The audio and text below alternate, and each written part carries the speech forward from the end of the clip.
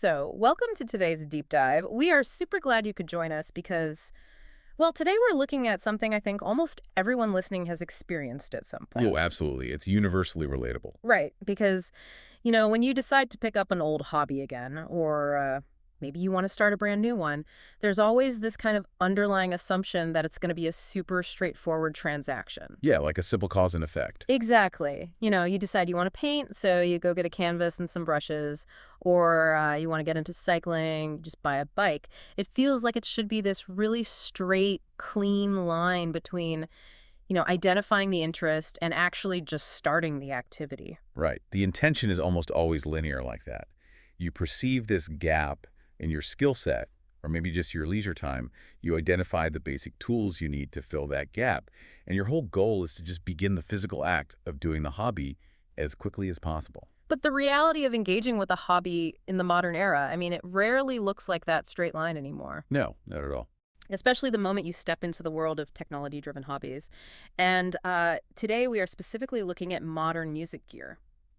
That straight line just completely shatters into this massive web of research and forum posts and, looking at spec sheets for days. Yeah, because the tools have evolved so rapidly, right? And just Understanding what you even need to purchase requires this huge investment of time and mental energy. right. So the research process itself just becomes this sprawling, complex activity that's it's entirely separate from the actual hobby. Which brings us perfectly to the source material for today's deep dive. Our mission today is to explore this wild intersection of modern audio technology, the super harsh constraints of budgeting, and the very specific psychology of the modern hobbyist. It's a fascinating mix. It really is. And we are doing this through an incredibly relatable, highly specific blog post. It's dated May 10th, 2026.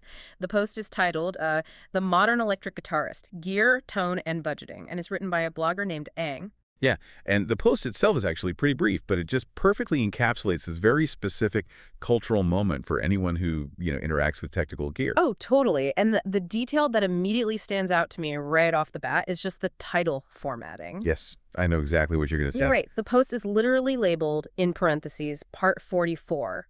It's so telling. Ang is looking into getting an electric guitar set up again. So it's this project that has obviously been pending for a really long time, something they revisit occasionally.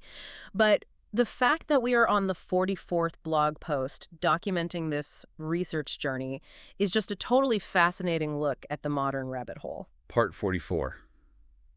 44 distinct updates just on the preparation phase. It's incredible. Yeah. But it makes Ang this fantastic avatar for the modern consumer. Hmm. But you don't just walk into a local music store and point at an amplifier anymore. You don't just say, I'll take that one. No, you enter a digital labyrinth. Yeah. Exactly. A labyrinth of technological paradigms. And Ang has spent considerable time navigating this, obviously. And according to this post, they have finally cleared the first major hurdle. They've decided on the specific electric guitar brand and model. Okay, but the next step outlined in the post is where the technology gets incredibly interesting to me. Because Ang has to decide on the brain of this new setup. Right, the core processing unit. Yeah, and Ang notes that they are looking at digital multi-effects processors. And, okay, let's unpack this, because what's fascinating here is how these devices have completely evolved. Oh, it's night and day from what they used to be. Right. Ang mentions that recent releases are super impressive because they go way beyond just handling traditional effects. So, we aren't just talking about a digital box that adds delay or reverb or modulation to a signal anymore. No, the shift Ang is documenting here is honestly monumental for the industry.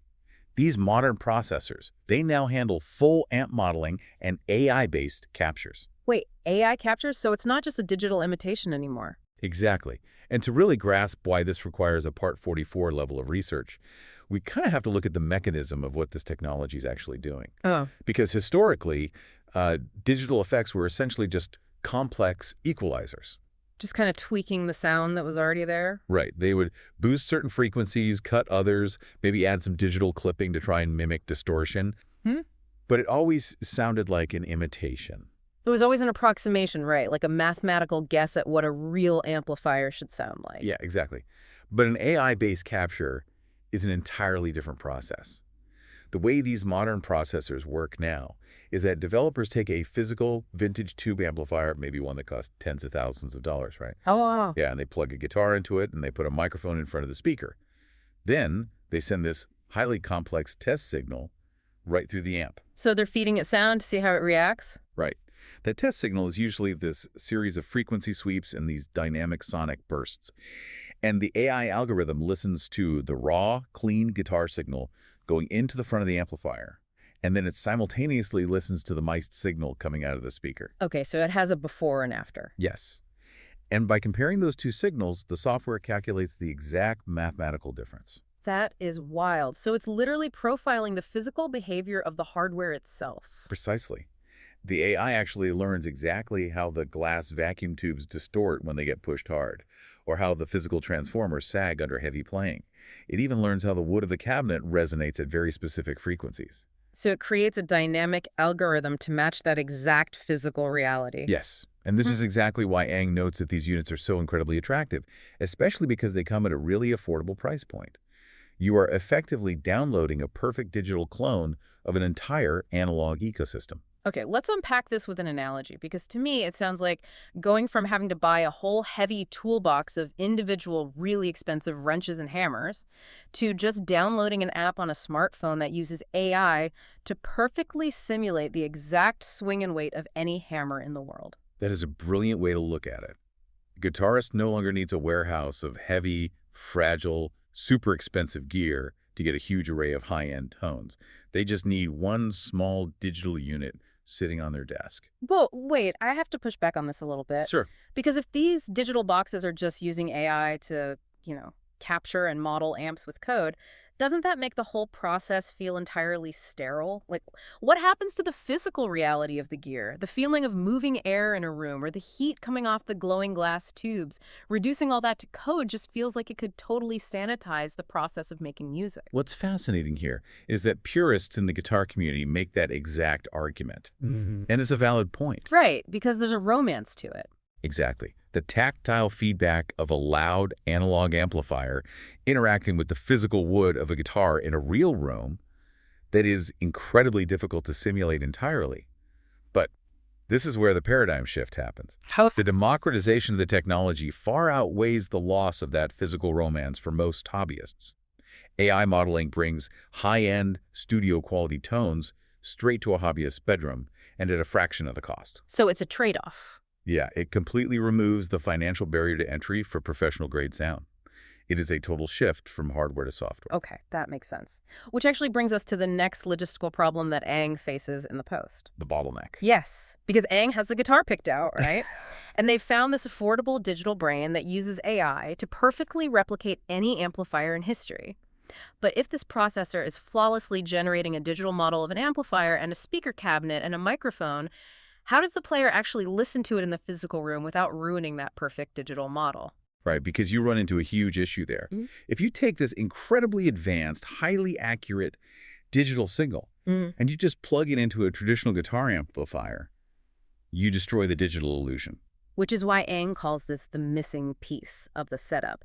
They introduced this specific acoustic technology that is totally vital to making this modern ecosystem function, and it's called an FRFR speaker. FRFR. Which stands for full range flat response. But what does that actually mean in this context? Well, to understand why an FRFR speaker is mandatory here, we have to look really closely at how a standard guitar amplifier speaker is actually constructed. Okay. Traditional guitar speakers are not designed to reproduce audio accurately at all. They're designed to sound musical. So the specific type of paper used for the speaker cone, the size of the magnet on the back, the shape of the wooden enclosure, all of those physical elements act as a massive acoustic filter. Oh, so they intentionally cut off high frequencies so the guitar doesn't sound like a harsh buzzsaw? Exactly. And they emphasize the mid-range frequencies where the guitar naturally sits in a mix. A standard guitar amp has a very, very distinct voice.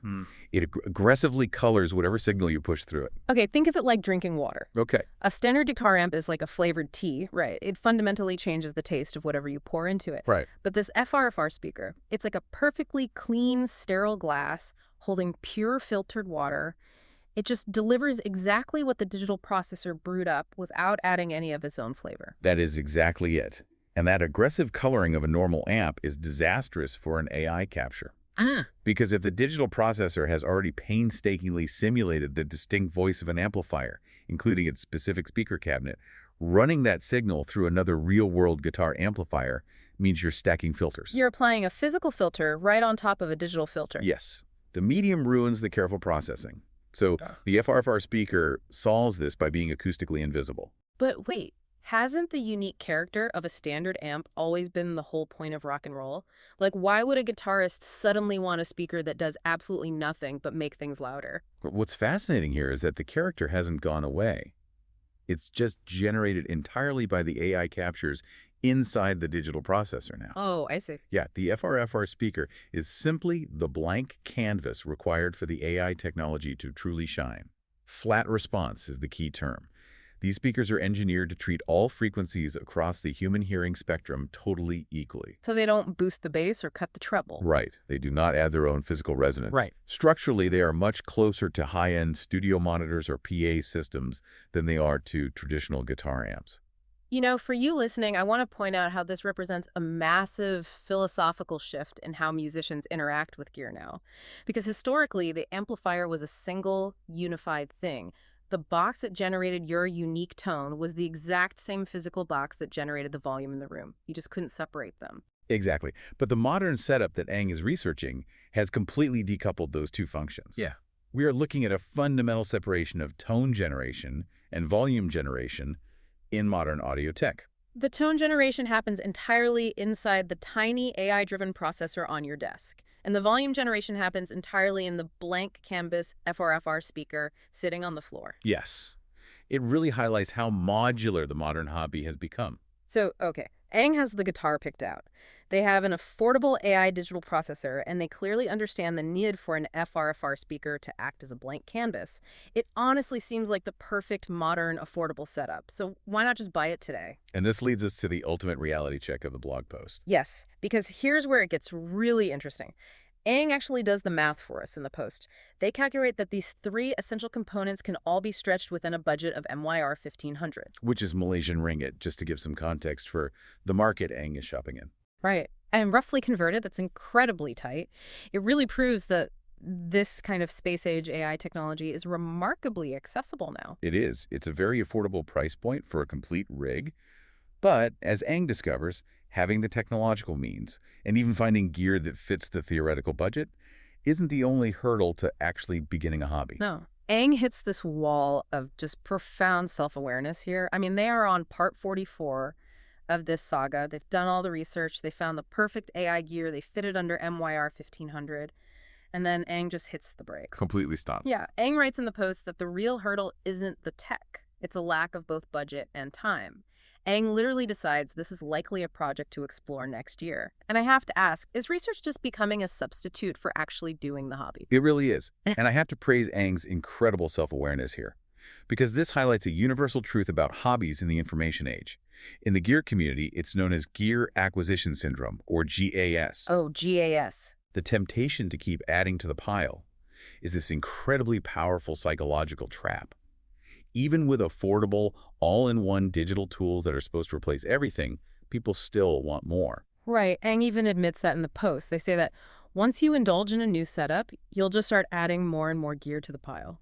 Exactly. The psychological reward of researching and building a theoretical shopping cart tricks your brain into feeling like you're actually engaging in the creative act. Yeah. Aang recognizing that the time and budget just aren't right now, despite how alluring the new tech is, that is honestly a masterclass in critical thinking and impulse control. It really is. And you know what else is super relatable? Earlier in the post, Aang considers skipping the FRFR amp for now just to save some money. Yes, that compromise is so telling. Right, because skipping the FRFR means you are completely compromising the whole AI setup you just spent 44 blog posts researching.